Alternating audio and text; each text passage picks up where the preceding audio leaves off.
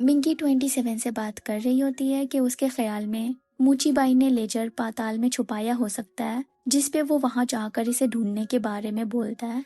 पर मिंगी को फिक्र होती है, भले ही जीपोसाई की कोशिशों से गहरे पाताल का पर्दाफाश हो गया, लेकिन मूचीबाई इतनी आसानी से हार नहीं मानने वाले। वहां जाना खतरे से खाली नहीं हो सकता। पर वो सुनता कहाँ है। उसका मानना है जितनी जल्दी उनके हाथ नेम लिस्ट आएगी, उतनी जल्दी उन्हें पता लग सकता है मिंगी को जहर किसने दिया होगा। वो वहां जाने के लिए फौरन से निकल जाता है। पाताल पहुंचकर वो अपने असली रूप में यहाँ वहां तलाश करता है। तभी सुन लिया उसे पकड़ लेता है और उसे जंजीरों में बांधकर टॉर्चर करता हुआ पूछता है क्या उसका मालिक मिंग शान भी जिसिंग में है। पर 27 अपना मुंह नहीं खोलता। नतीजे में सुन लिया उस पे दुगना जुल्म करता है, लेकिन 27 मरने की एक्टिंग करके उसे चकमा देकर वहां से भाग जाता है और वुग्यो आ जाता है। उसे जख्मी देखकर मिंगी परेशान हो जाती है। उसे हील करने के लिए अपना स्पिरिचुअल पावर यूज करने लगती है, पर वो कहता है नहीं ऐसा मत करो, बिल्लियों के पास तो 9 जिंदगियां होती हैं। लेकिन मिंगी के लिए 27 सिर्फ एक कंपेनियन बिस्ट नहीं है, वो उसका वो साथी है जिसने उसके अच्छे बुरे पल में उसका साथ दिया। वो अपने पावर से उसे हिल कर रही होती है कि तभी सुन लिया और शुन पे हमला करके वुग्यो घुस आता है, जिसके साथ मूचीबाई भी होते हैं, जो बताते हैं कि उन्हें खबर मिली है मिंगशियान के जिसिंग में होने के बारे में।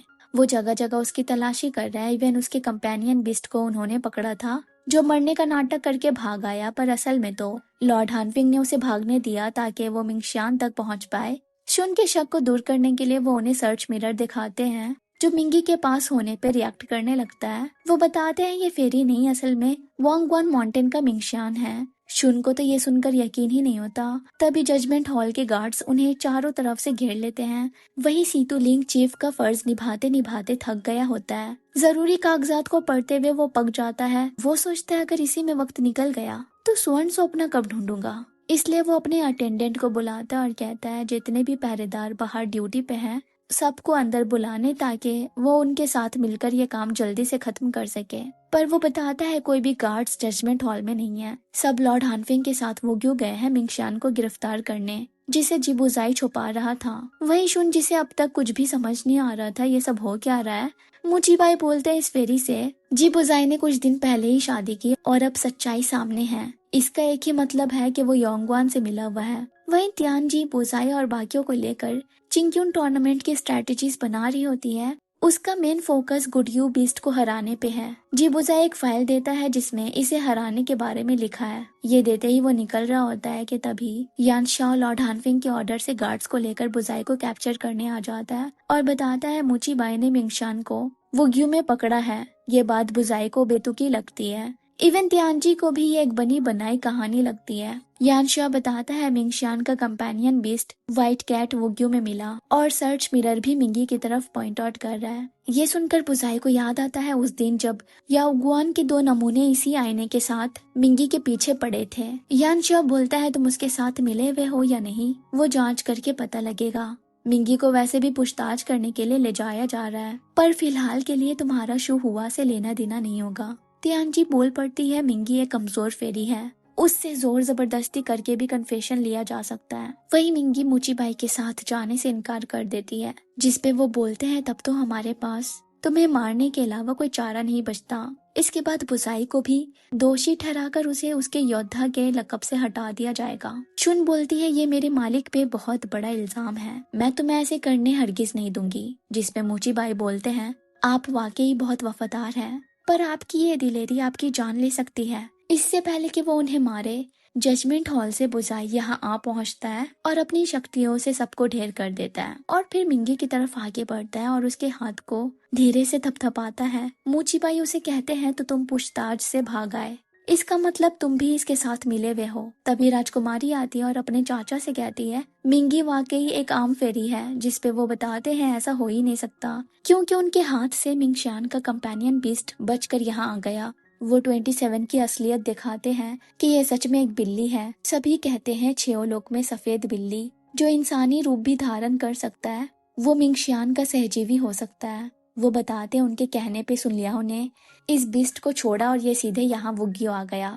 और जिस तरह से मिंगी इसे पकड़े हुए है ये साफ बता रहे आखिर इसका इससे नाता क्या है। तियानजी कहती है सुनलियाओ अपनी दुश्मनी जिबुजाई से निकाल रहा है क्योंकि वो उसके हाथों एक बार हार गया था। इसलिए ये कोई भी कहानी बनाकर मूचीबाई को भटका रहा है और ये बीस्ट भी घबराहट के मारे यहाँ शरण लेने आ गया होगा। लॉर्ड हानफिंग बोलते हैं चलो मान लिया इसका यहाँ आना एक इत्तेफाक है, पर इस आईने को भी गलत कहोगी तुम, ये खुद मिंग शियान का बनाया हुआ है। उसके आसपास होते ही ये हरकत करने लगता है। जब ये मिंगी की तरफ इशारा करता है तब सभी हैरान हो जाते हैं कि बुजाई की पत्नी एक लड़का है जो एक लड़की का रूप ले रखा है। उनका शक है इसका भेष बुजाई ने ही किसी जादू से बदला है। तभी वो सर्च मिरर में गड़बड़ी कर देता है जिससे वो हर दिशा में भागने लगता है। वो बोलता है हाँ ये मैंने किया है, अगर इस आईने में छेड़छाड़ की जा सकती है तो मूचीबाई भी इसे गलत दिशा में भटका सकते हैं ताकि ये मुझ पे झूठा इल्जाम लगाकर बदनाम कर सके। तभी सीतुलिंग आकर बताता है ये आईना जो एक आर्टिफैक्ट है मिंग शियान ने ही चिंगयुन टूर्नामेंट चौथी बार जीतने पे बनाई थी, पर ये योगवान का है। ये मूचीबाई के पास होना ज्यादा सस्पिशियस है। वो इस मिरर को कंट्रोल करके दिखाता है और बोलता है इसे मिंग शियान ने अपने बचपने में बनाया था फन के लिए, पर ये कोई भी कंट्रोल कर सकता है। फिर वो कहता है कि वो जजमेंट हॉल का चीफ है लेकिन गार्ड्स ड्यूटी पे नहीं है। इन्हें तो मूचीबाई अपना पर्सनल सर्वेंट बनाकर ले आए, उसकी इजाजत के बिना वो भी जी बुजाई को पकड़ने जिसने 7 सालों में पहली बार मिंग शियान को हराया। ये काम जजमेंट हॉल का है। उसे चीफ होकर अपने लिए बुरा लग रहा है। उसकी जिम्मेदारी जब लॉर्ड हानफिंग ही पूरी कर लेंगे तो फिर उसके होने का मतलब क्या है भला। तियानजी बोलती है चाचा जी जिसने भी आपको ये आईना दिया है असली गुनहगार वही है जो योंगवान के साथ मिला है। आपको सही गलत की इतनी पहचान तो होनी चाहिए ना। इस बात से मूचीबाई खामोश हो जाते हैं लेकिन इस बात की तरफ इशारा करते हैं अगर ये आईना और वो गलत है लेकिन मिंगी का ऐसे इस कंपेनियन बीस्ट को बचाना इसका क्या मतलब है।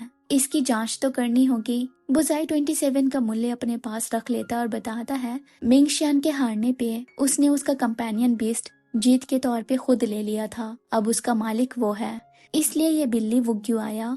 सुन लिया बोलता है उसने या किसी और ने नहीं देखा। चिंगयुन टूर्नामेंट में उसे ये व्हाइट कैट मिंग शियान से कैप्चर करते हुए। तियानजी लॉर्ड हानफिंग से बोलती है भले ही आपको मिंगी से पूछताछ करनी है तो कर ले, लेकिन बुजाई को मैंने चुना है। ये पाताल से आया है, मैंने इसकी छानबीन की है, मैं जानती हूँ ये बेगुनाह है।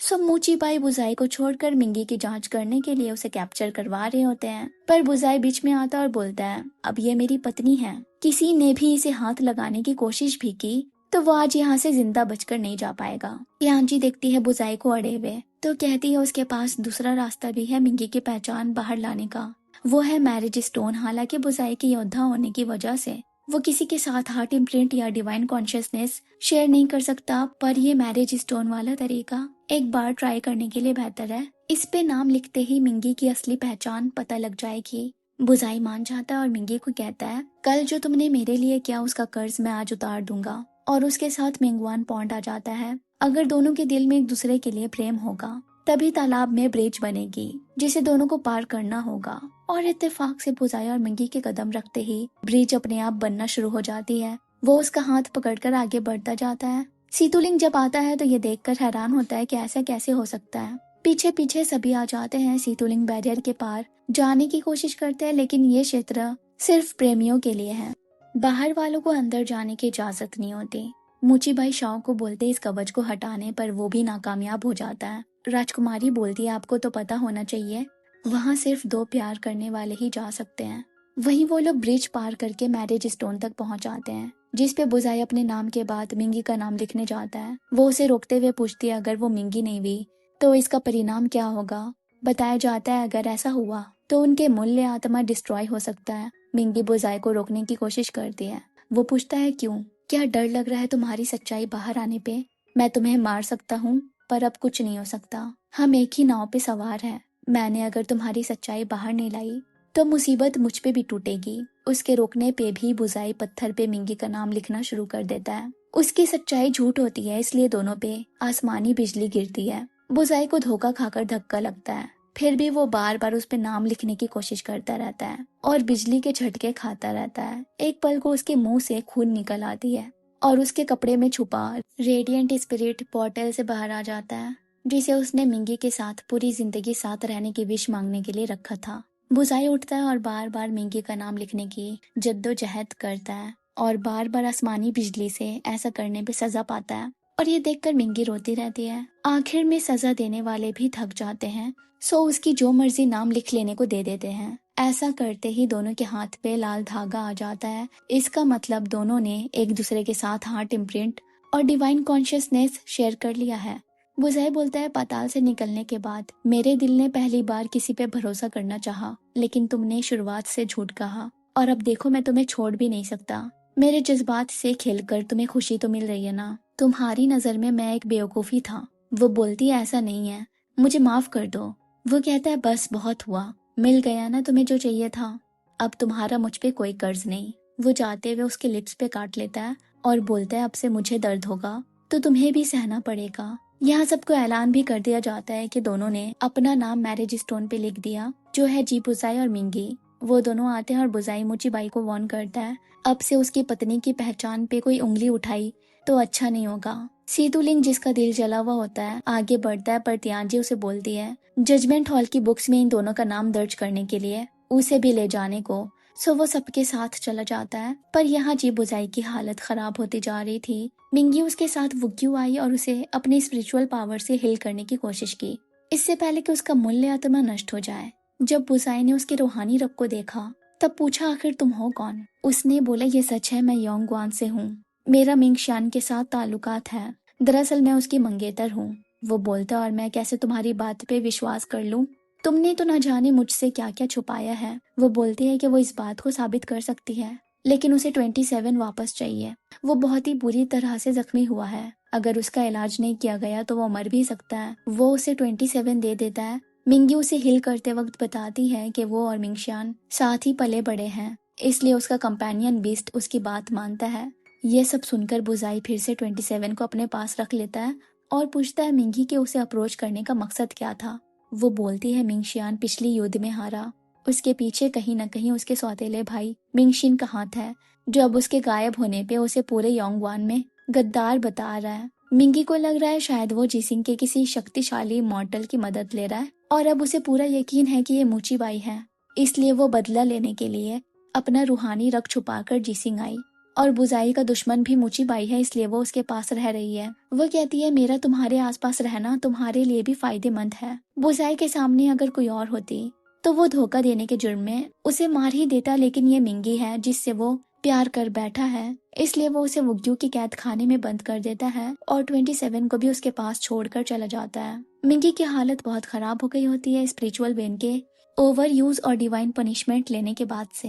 27 उसे अपनी पावर से हिल करने लगता है और माफी मांगता है अपनी गलती की। अगर वो वहाँ नहीं जाता तो ये सब कुछ होता ही नहीं। वो समझाती है इसमें किसी की भी गलती नहीं है, बस उनके दुश्मन कुछ ज्यादा ही चालाक है। पर अभी उनका मेन फोकस जी बुजाई को अपनी तरफ करना है, जिसपे 27 बोलता है, उसने दिव्य नियमों के खिलाफ जाकर तुम्हारा नाम पत्थर में लिखा, जबकि तुम अभी उसके लिए सबसे बड़ा खतरा हो। मुझे लगता है वो सच में तुमसे प्यार करने लगा है। वो उसे सजेस्ट करता है स्पिरिट वेल में जाकर स्वर्ण स्वप्न जल्द से जल्द लाने का, पर मिंगी उसे वेट करने को कहती है जब तक कि जी बुजाई शांत नहीं हो जाता। यहाँ वो और बुशुई समझ गए हैं कि मिंगी ने स्वर्ण स्वप्न स्पिरिट वेल से लेने के लिए ही बुजाई के साथ हार्ट इम्प्रिंट बनाई। बुशियू सलाह देता है इससे पहले कि ऐसा हो हमें उसे मार देना चाहिए। वो कहता है, नहीं, मैं उसे रोकने का कोई दूसरा रास्ता निकाल लूंगा, और वैसे भी वो अब भी हमारे काम आ सकती है। वो बोलता है, तब मैं जाकर उसकी बिल्ली को मार देता हूँ। बुजाई बोलता है, इससे कोई फायदा नहीं, वैसे भी उसके साथ उसका हार्ट इम्प्रिंट थोड़ी हुआ है। वो उसे वॉगवन माउंटेन जाकर मिंगशान की गुमशुदगी के बारे में पता लगाने को बोलता है। फिर वो मिंगी के लिए खाना लेकर जेल में आता है। वो उसे नेदरबिस्ट की आर्मी से डील करने में अपनी मदद का ऑफर रखती है। वो बोलता है जब तक वो उसके साथ पूरी तरह से ईमानदार नहीं हो जाती तब तक वो उसके साथ हाथ नहीं मिलाएगा। बुजाई कई बार वहां आता जाता है और मिंगी हर बारी उसे मनाने की कोशिश करती है, इवन उसके साथ फ्लर्ट भी करती है कि वो उसके लिए मिंगशियान को भी छोड़ देगी, लेकिन कोई भी तरकीब काम नहीं आता। जेल बहुत ठंड था, इसी बहाने का फायदा उठाकर वो बीमार पड़ने का नाटक करती है। 27 भी उसका साथ देता हुआ जीपुजाई को बोलता है, यहाँ ठंड बहुत है, मिंगी ने पिछली बार अपनी शक्ति कुछ ज्यादा इस्तेमाल कर ली, इसलिए अब बीमार पड़ गई है। वो भी कहती है, हाँ, अगर यकीन नहीं है तो आकर देख लो। बुजाई ने उसके इस तरह के नाटक पहले भी देखे थे, इसलिए वो इस चालबाजी पे यकीन नहीं करता, जिसपे वो बोलती है, मैं सच कह रही हूँ, मिंगशान मेरा मंगेतर है। पर वो वहां से चला जाता है, पीछे उनके गर्माहट के लिए जलता हुआ कोयला छोड़ देता है, जिस पे दोनों हाथ तापने लगते हैं। 27 बोलता है ये इतना भी जालिम नहीं है। बोशुई ओंगवान से लौटकर बोजाई को बताता है मिंगशियान चिंगयुन टूर्नामेंट के बाद से लापता है और उसके सगाई का कोई रिकॉर्ड नहीं है। पर हाँ, उसके लव अफेयर के कई अफवाह सुनने को मिले, सो हो सकता है मिंगी भी किसी न किसी तरह से उससे जुड़ी हुई हो। बुसाई बोलता है जो भी हो, ये अब भी हमारे काम आ सकती है। उसकी शक्ल से जलन साफ दिख रही थी। बुशियो भी बोल देता है क्या उसका मिंगशियान के साथ का रिश्ता आपको परेशान कर रहा है? वह कहता है नहीं, मुझे उसके ताल्लुकात से फर्क नहीं पड़ता।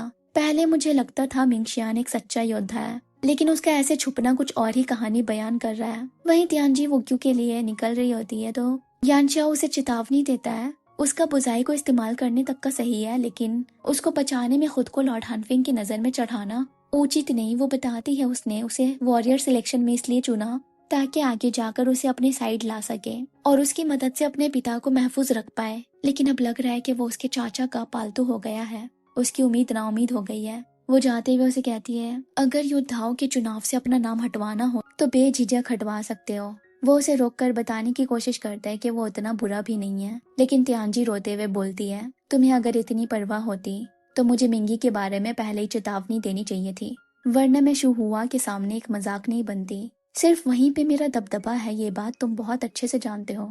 मैं ही बेवकूफ हूँ जो तुमसे उम्मीदें लगाने लगी, जबकि तुम अच्छे से जानते हो मैं बचपन से तुम्हारे लिए कैसा महसूस करती हूँ। वो उसे चुप कराने की कोशिश करता है पर वो उसका हाथ झटक कर बोलती है कि अब उनके बीच किसी भी किस्म का रिश्ता बेमायने है। बुजाई मिंगी के पास आता और सेल का दरवाजा खोलकर बताता है तियानजी ने उन दोनों को बुलवाया है। वो दोनों राजकुमारी के पास आते हैं। तियानजी मिंगी की असलियत के बारे में पूछती है। बुजाई बोलता है वो मामला तो खत्म हो गया ना, मुचीबाई मेरी पत्नी को निशाना बनाकर मुझे फरेबी ठहराना चाहते थे। जिसपे तियानजी मिंगशियान के कंपेनियन बिस्ट के बारे में पूछती है कि इतनी बड़ी बात तुमने मुझसे छुपाई कैसे। मिंगी बुजाई का साथ देते हुए बोलती है आप खामखा परेशान हो रही है। मुचीबाई ने वुग्यू में अपने जासूस फैला रखे थे और जैसे उन्हें मिंगशियान के सहजीव के बारे में पता लगा तो इसे मेरे पति और मेरे खिलाफ इस्तेमाल करना चाहा, लेकिन आपके योगदान ने ये दाग मिटाने में बड़ी मदद की। वो बोलती है कि उसे उनका साथ देकर कुछ दिनों से सही नहीं लग रहा, पर उसे भी मिंगी का मिंगशियान होना बड़ा ही बेतुका लगा। वो बुजाई को बोलती है अब बात बहुत बढ़ चुकी है, शोहुआ में सबकी नजर हम पे है, इसलिए मिंगशियान की बिल्ली यहाँ नहीं रह सकती। बुजाई बोलता है उसे रहने दो, मैं उसकी देख रेख करूंगा ताकि एक दिन मिंगशियान लौटे तो उसे चारा बनाकर उसे उकसा सकूं। वो बोलती है ठीक है, लेकिन अब से तुम कोई भी बात मुझसे छुपाओगे नहीं। वुग्यू लौटकर मिंगी बुजाई को शुक्रिया कहती है 27 को बचाने के लिए और उसके साथ हाथ मिलाने की बात करती है ताकि मुचीबाई को उसकी मदद से हराना बुजाई के लिए आसान हो जाए। अपनी ईमानदारी और उपयोगिता साबित करने के लिए उसने बताया कि नेदरबिस्ट आर्मी को हराने का मुख्य तरीका नेदरबिस्ट रिफाइनिंग स्किल है। ये एक शक्तिशाली लेकिन खतरनाक टेक्निक है जिसमें अपने शरीर को वेसल की तरह यूज करके नेदरबिस्ट कोर्स एब्जॉर्ब और रिफाइन करना पड़ता है, जिससे स्पिरिचुअल वेन्स को भारी नुकसान हो सकता है। मिंगी ने यह खतरनाक जिम्मेदारी खुद लेने का फैसला किया। बुजाई ने बोला उसके साथ काम करने के 3 रूल होंगे।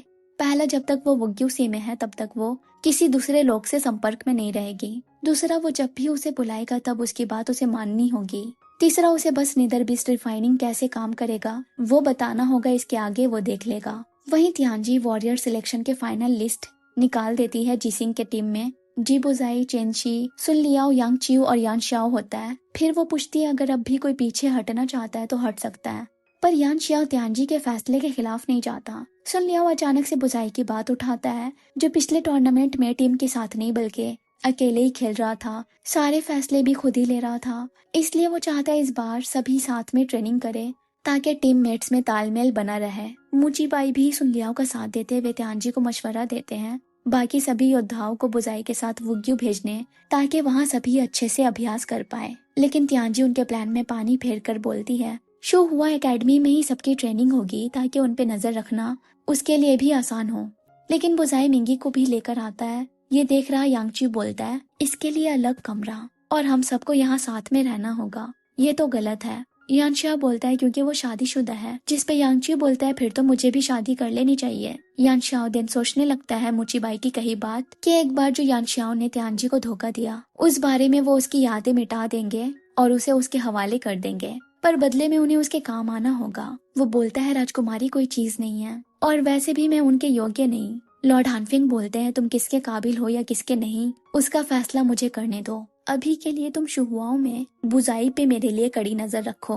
वहीं अंदर बुजाई और मिंगी मुचीबाई के ड्रैगन कार्प टेरेस को इन्वेस्टिगेट करने का प्लान बना रहे होते हैं, जिसके लिए मिंगी ने 27 को भेज भी दिया था, जिसने बताया वहां बिना किसी को डिस्ट्रैक्ट किए घुसना मुश्किल है। पर अभी वो दोनों खुद इस जगह फंसे हुए हैं, उनका आगे कदम बढ़ाना थोड़ा कठिन है। जिस पे मिंगी उसके कान में एक आइडिया सुनाती है। रात के वक्त जीबुजाई बिस्तर में आराम कर रहा होता है और मिंगी सोफे पे बैठी होती है। तभी उनकी नजर उन पे नजर रखे हुए यानशाओ पे पड़ती है, तो वो झगड़ा करने का नाटक शुरू कर देते हैं। यहाँ चेंशी नींद में हाथ पैर मार रहा होता है, जो जाकर यांगचियो को लग जाता है और उसकी नींद खुल जाती है। वो खिड़की के पास यानशाओ को बाहर की ओर देखता हुआ पाता है। वो भी झांकता है तो दिखता है मिंगी ने जीबुजाई को कमरे से निकाल दिया होता है। वो कहता है, मैं सोच रहा हूँ शादी ही ना करूँ, जिंदगी भर योद्धा बने रहने में भी कोई बुराई नहीं। यहाँ बुजाई मूनलाइट ब्लॉसम में मदिरा पे मदिरा पी रहा होता है। सभी फेरिस को भी लगने लगता है उसका मिंगी के साथ कोई झगड़ा हुआ है। वो ये पूछती है, क्या मैं मिंगी को बुलाकर तुम्हें यहाँ से ले जाने को कहूँ? तभी उसका फ्लाइंग मैसेज आता है बुजाई के लिए,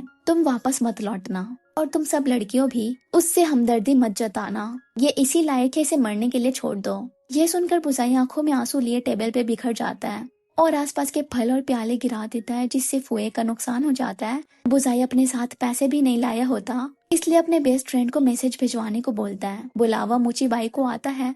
शाओ को शक होता है बुजाई का उन्हें मूनलाइट ब्लॉसम बुलाने के पीछे जरूर कोई चाल है, इसलिए मुचीबाई अपने सभी आदमियों के साथ वहां जाते हैं, जिन्हें देखकर बुजाई उन्हें पकड़कर बोलता है, चाहे कुछ भी हो जाए शादी मत करना। ये पहले हमें आसमान पे चढ़ाती है और शादी के बाद जमीन में गिरा देती है। पता है उसने मुझे एक कौड़ी तक नहीं दिया, बिना पैसों के निकाला है। प्रेम का कैदी होने से तो बेहतर मैं पाताल का कैदी था। शाओ तलवार तानकर कहता है, अगर ये तुम्हारा कोई खेल है तो यही बंद कर दो, वरना तुम्हारी कब्र यहीं पे खोद दूंगा। वो पूछता है, क्या तुम्हें पता है असली कब्र क्या होता है? शादी होती है। मुचीबाई से लिपट कर कहता है, मेरी पत्नी बहुत दुष्ट है।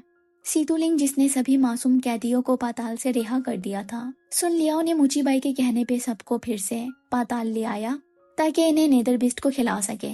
सभी रहम की भीख मांगते हैं। उनमें से रुशोई भी होती है जो सर झुकाकर गिड़गिड़ाती नहीं है। सुन लियाओ ये देखकर उसे डराने के लिए उसके बगल वाले मॉडल के मूल्य आत्मा ले लेता है। यहाँ मिंगी 27 को बताती है उनके नाटक ने मुचीबाई के दिमाग में शक जरूर भरा होगा, इसलिए वो अपने बचाव में अपने बहुत से आदमी मूनलाइट ब्लॉसम ले गए होंगे।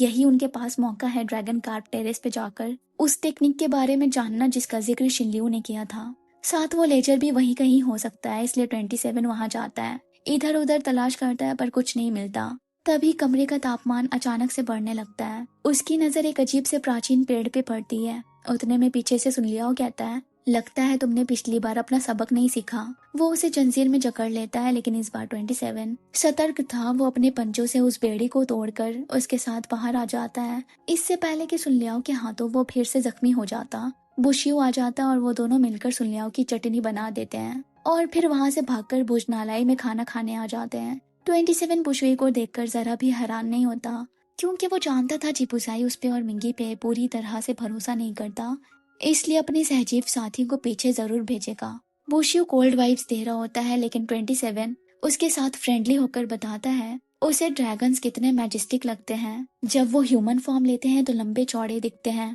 अगले दिन मुचीबाई अपने अनकॉन्शियस भाई को दवाई देते हुए बताते हैं, पिछली रात बुजाई उनसे दोस्ती करना चाह रहा था, पर वो उसकी सारी चाल जानते थे, इसलिए ड्रैगन कार्प टेरेस पे अपने आदमी को गार्डिंग के लिए छोड़ दिया। वो ये भी बताते हैं कि वो बुजाई के टैलेंट से काफी खुश थे, लेकिन उन्हें नहीं पता था वो उनके ही खिलाफ हो जाएगा। उनके मुताबिक बुजाई नहीं समझता कि एक प्रतियोगिता जीतने से जिसिंग सबसे आगे कभी नहीं निकल सकता, बल्कि नेदरबिस्ट की फौज खड़ी करने से निकल सकता है। अपने भाई से मिलकर जब वो बाहर आते हैं तब सुन लिया और रिपोर्ट देता है, पिछली रात घुसपैठिया उसके हाथ से निकल गए, क्योंकि मिंगशान के बिल्ली के साथ एक और बीस्ट भी था जिसका ऑरा बुजाई से मिलता जुलता है और उसे पूरा यकीन है ये उसका कंपेनियन बीस्ट है जो इंसानी रूप भी ले सकता है। मुचीबाई पूछते हैं, उन्हें कुछ पता तो नहीं चला ना? वो बोलता है कि उसने सोल कंज्यूमिंग ट्री का पता लगने नहीं दिया। यान श्याओ भी माफी मांग रहा होता है सही से अपनी जिम्मेदारी ना निभाने पे, क्योंकि उसने तो सिर्फ इतना ही देखा कि मिंगी ने बुजाई को कमरे से बाहर निकाला और उसके मूनलाइट ब्लॉसम जाने के बाद उसने शुहुआ में मिंगी पे रात भर नजर रखी, पर उसे नहीं पता था मिंगशान का कंपेनियन बीस्ट जी बुजाई का भी ऑर्डर मानता होगा। सुन लिया यान श्याओ पे उंगली उठाता है बुजाई के साथ जा मिलने का, क्योंकि उसने ट्रेनिंग के दौरान देखा यान शाओ बुजाई के साथ कितना सही से रहता है, जिस पे यान बोलता है वो इसलिए क्योंकि मैं उसके साथ रिश्ता खराब नहीं कर सकता ताकि आगे जाकर हमारे किसी काम में बाधा ना आए। मुचीबाई ने बोला उनका एक पौधा मुरझा रहा है जिसे सही दांत के पाउडर से ही किया जा सकता है। यान शाओ को लग रहा है कि वो उससे उसका दांत मांग रहा है, पर इससे पहले कि वो कुछ करे लॉर्ड हनफिंग सुन लियाओ को कहते अपना दांत देने। वो डर के मारे दे देता है। ये एक चेतावनी होती है यान शाओ के लिए कि उसे मुचीबाई के नक्शे कदम पे चलना होगा, वरना उसका हाल भी ऐसा ही हो जाएगा। वहीं 27 मिंगी और बुजाई को प्राचीन पेड़ के बारे में बता रहा होता है जिसे उसने मुचीबाई के कोर्टयार्ड में देखी। वो बाकी पेड़ पौधों में एक अकेला फल फूल रहा था, जैसे कि बाकियों से एनर्जी ले रहा हो। बुजाई बताता है इस तरह का पेड़ उसने हुजाओ की यादों में भी देखा है। हो सकता है वो पेड़ कोर्टयार्ड से शुरू होकर हिडन अंडरग्राउंड चेंबर तक जाता होगा। उसकी जड़ें दानवी लगी तो हो सकता है वो पेड़ मूल्य आत्मा भी कंज्यूम करता हो। मिंगी बताती है उसने एक किताब में मांगफू स्वाम्प के एंशिएंट टेक्निक के बारे में पढ़ा था जिसमें मूल्य आत्माओं को विशाल पेड़ से बांधकर उन्हें सोल कंज्यूमिंग ट्री में बदल दिया जाता है। वहाँ के आसपास की हवाओं में खून की बू आती है और ये पेड़ उन मूल्य को प्रिजर्व भी करके रखता है जब तक कि कोई उसका इस्तेमाल न करे। उसे लगता है ये वही टेक्निक है जिससे नेदर बीस्ट को फीड कराया जाता है। 100 साल पहले इन दानवों ने सभी लोग पे तबाही मचा दी थी, यहाँ तक कि जिन स्पिरिचुअल वेन वाली फेरीज ने उन्हें पाला उन्हें भी खा गया। और ऐसे खतरनाक दानव की फौज का तैयार होना एक बहुत बड़ा खतरा ला सकता है। 27 बोलता है इस बारे में तो एम्पेरर को रिपोर्ट करनी चाहिए, पर बुजाई कहता है कौन से महाराज जो मुचीबाई के हाथों कठपुतली बनकर रह गए हैं। वो कहता है कम से कम बाकी 5 लोग को तो इसकी भनक लगनी चाहिए। वो कहता है ये पावरफुल रेल्म भी मुचीबाई से कम नहीं। अगर उन्हें नेदर बीस्ट के बारे में पता लगा तो वो उसे हड़पना चाहेंगे अपने रेल्म को ऊंचाई तक ले जाने के लिए। मिंगी बोलती है हर ताकतवर ऐसा नहीं होता, कुछ को बाकियों की जिंदगी की भी परवाह होती है और अभी सिर्फ वो लोग मुचीबाई और उनकी फौज को रोक नहीं सकते। बुजाई बोलता है 6 लोग में कोई अधिनायक ऐसा नहीं है जो ईमानदार, सच्चा और दूसरों का भला सोचने वाला हो। उसने पाताल में देखा है लोग कितने लालची और खुदगर्ज हो सकते हैं। अगर नेदर बीस्ट की आर्मी का सच बाहर आया तो मुचीबाई के कुछ करने से पहले ही 6 लोक में पावर को लेकर हंगामा हो जाएगा। हर कोई अपर रेल्म से होकर भी मिंगी की तरह नहीं होते, ऐसा बुजाई का मानना है। वहीं जोशियो स्टेट का फर्स्ट प्रिंस चाओ यू सांग्यू हिल के बगावत को रोक कर लौटा है। इस खुशी में एम्पेरर उसे लॉर्ड जिंगसी का टाइटल देना चाहते हैं, पर वो बोलता है उसका ये जिम्मेदारी निभाने का मकसद सिर्फ उनके काम आना था, बाकी उसके दिल में किसी तरह का इनाम पाने का कोई इच्छा नहीं है। जिस पे वो बताते हैं उनको सुनने को मिला कि वो उसे बहुत जल्द क्राउन प्रिंस बनाने वाले हैं। उन्होंने अफवाह फैलाने वालों की जबान काट लिए होते हैं जो उसे दिखाकर इनडायरेक्टली वार्न करते हैं इस तरह की अफवाह वो दोबारा सुनना नहीं चाहते हैं, जिसे उसने खुद ने अपने सपोर्टर्स से फैलाई थी। आखिर में वो उसे लॉर्ड जिंगसी बना देते हैं। वो बाहर आता है तो उसका दूसरा भाई शुआन मजाक बनाता है, क्या हुआ तुम तो युवराज बनने वाले थे ना, पर पिता ने सिर्फ तुम्हें जिंगसी का स्वामी का लकब दिया है। वैसे तुम्हें पता है वान, इन कुछ महीनों से जिसिंग में स्वर्ण स्वप्न की तलाश में गया है। अगर वो ये पाने में कामयाब हुआ तो उसे रूहानी रग की साधना करने की इजाजत मिल जाएगी और शायद वो राजगद्दी का उत्तराधिकारी भी बन जाए। मुचीबाई को खबर मिलती है किसी मेहमान के जिसिंग में आने की, जिससे वो पर्सनली मिलने के लिए निकल जाते हैं। बुशियो जिबुजाई को बताता है जो ट्रेनिंग से वापस आ गया है कि लॉर्ड हानफिंग लंबे सफर पे निकल गए हैं। उसने उनके कैरियज में मिंगी का दिया ट्रैकिंग सील भी डाल दिया। ड्रैगन कार्प टेरेस अभी खाली है, सो जिबुजाई उसके साथ निकल जाता है। बाहर मिंगी उसे जाते वक्त गर्म कपड़े उड़ाती है और रास्ते में अपना ध्यान रखने को कहती है। वो निकलते हुए पूछता है क्या तुम्हें मेरे साथ नहीं आना, क्योंकि इन दानवों की ताकत सभी हासिल करना चाहते हैं। वो कहती है कि उसे उस पे पूरा यकीन है, वो भी उसकी तरह पावर का भूखा नहीं। उसके जाने के बाद वो शुन को खुद पे नजर रखते हुए देखती है, सो उनके लिए ब्लेसिंग क्लिक ले आती है ताकि उनसे बचकर स्पिरिट वेल तक पहुंच सके। पर वो मिंगी से पूछती है आखिर उसका मिंगशियान से रिश्ता क्या है। वो बताती है उसके साथ वो इंगेज्ड थी। जिस पे वो पूछती है तब वो जिसिंग के मूनलाइट ब्लॉसम में क्या कर रही थी, कहीं उसका मंगेतर भी उनके पति जैसा जालिम तो नहीं था, कहीं उसने उसे वहाँ बेच तो नहीं दिया था। मिंगी बोलती है हाँ कुछ ऐसे ही, जिस पे शुन गुस्से में केक खाते हुए मिंगशियान को कोसने लगती है और फिर नींद की दवाई के असर से सो जाती है जो मिंगी ने केक में मिलाई थी। इसी मौके से फायदा उठाकर वो 27 के साथ पीछे के पेवेलियन आ जाती है और स्पिरिट वेल में घुस जाती है, जो दिखने में पाताल से मिलता जुलता लग रहा था। वो स्वर्ण स्वप्न ढूंढने का यंत्र निकालती है, यहाँ वहाँ तलाश करती है और वो मिलता है बोयूलान के मेमोरियल टैबलेट के पास। पर जैसे ही वो इसे लेने जाती है, ब्लड सील उसे पीछे धकेल देती है जिसे बुजाई ने बनाई थी ताकि मिंगी के हाथ ये लग न सके।